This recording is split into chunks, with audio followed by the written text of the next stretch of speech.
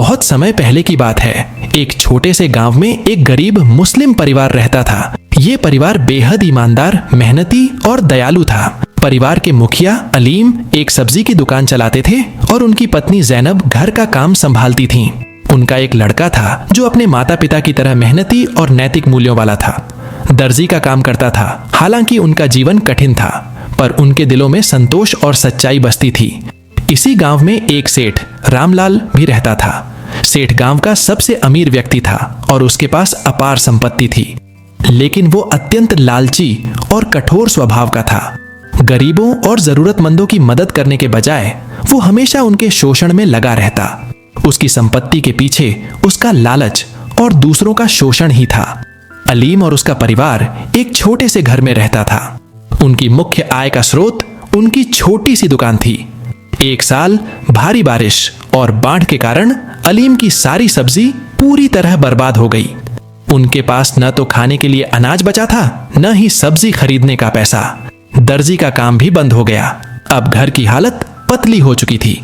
अलीम और जैनब ने फैसला किया कि वे सेठ रामलाल से मदद मांगेंगे। हालांकि वे जानते थे कि सेठ बहुत कठोर और स्वार्थी था, पर उनके पास कोई और चारा नहीं था। अलीम सेठ रामलाल के घर गया और अपनी स्थिति समझाकर उससे कर्ज मांगा। सेठ ने उनकी बात सुनी और थोड़ी देर सोचने के बाद कहा, हाँ, मैं तुम्हारी मदद कर सकता हूँ, लेकिन मेरी एक शर्त है। सेठ जी, आपकी शर्त क्या है? तुम्हें सब्जी की दुकान मैं लगा के दूंगा, लेकिन तुम्हें सिर्फ उस दुकान पर काम करना है। उसके बदले मैं तुम्हें मजदूरी दूंगा। इसके अलावा तुम्हारी दुकान की पूरी कमाई मेरी ही रहेगी। जब तक तुम मेरा पैसा उतार नहीं देते, तब तक जमीन के कागज भी मेरे पास रहेंगे। अलीम को यह शर्त भारी लगी, पर भूख और गरीबी से तंग आकर उसने शर्त मान ली। अलीम ने दिन रात मेहनत करना शुरू किया। उसका परिवार भी उसकी मदद करता। सेठ ने उनकी मदद के बदले बहुत कम पैसा दिया, जो उनके परिवार के लिए पर्याप्त नहीं था। फिर भी अलीम और उसका परिवार ईमानदारी से काम करते रहे। कई महीनों की मेहनत के बाद आखिरकार अलीम ने सारा कर्जा उतार दिया। लेकिन जब दुकान वापस करने की बारी आई, तो सेठ ने धोखा दिया। उसने कहा, तुमने मेरी दुकान पर काम किया है, इसलिए पूरी दुकान अब मेरी है। अलीम ये सुनकर हैरान रह गया। उसने विनम्रता से कहा, सेठ जी, हमने आपकी शर्त मानी थी कि कर्ज उतारने के बाद दुकान हमारी हो जाएगी, लेकिन अब ऐसा क्यों बोल रहे हो? सेठ ने ठहाका लगाते हुए कहा, तुम गरीब हो, तुम्हारे पास कोई सबूत नहीं है, अब यहां से चले जाओ। अलीम को बहुत दुख हुआ। वो अपने परिवार के साथ गांव के सरपंच के पास गया और सारी कहानी बताई। सरपंच ने सभी गांव वालों को पंचायत में बुलाया। सेठ को भी बुलाया गया। पंचायत में सेठ ने कहा, हाँ, ये सब झूठ है। मैंने इनसे कोई वादा नहीं किया था। दुकान के कागजात मेरे पास है, तो वो मेरी है। अलीम ने ईमानदारी से अपना पक्ष रखा। उसने कहा, हम गरीब हैं, लेकिन हमने अपना वादा निभाया।